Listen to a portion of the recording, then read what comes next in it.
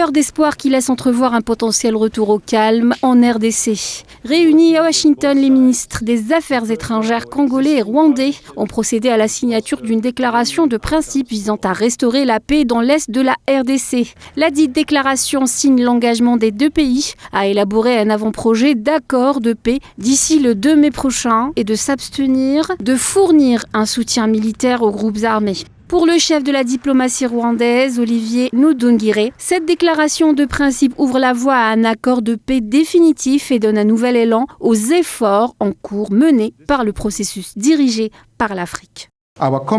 Notre objectif commun est de conclure un accord de paix global dans les meilleurs délais, mais il n'existe pas de raccourci ni de solution miracle et nous devons travailler dur pour y parvenir une fois pour toutes. Le Rwanda est engagé et nous sommes prêts à continuer de collaborer avec tous les partenaires concernés pour assurer le succès de cette initiative.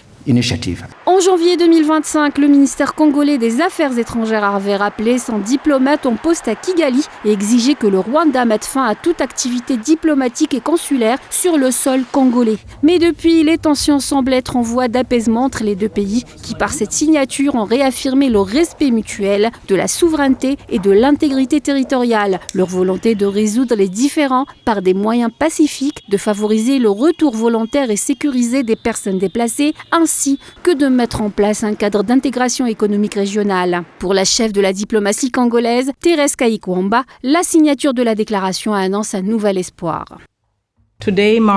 Aujourd'hui ne marque pas une fin, mais un début, une étape nécessaire vers la paix, franchie avec détermination. Ce moment revêt une importance particulière pour la RDC. À Goma, à Bukavu et au-delà, la réalité des déplacements, de l'insécurité et des difficultés perdure. Pour nous, l'urgence de cette initiative n'est pas théorique, elle est humaine.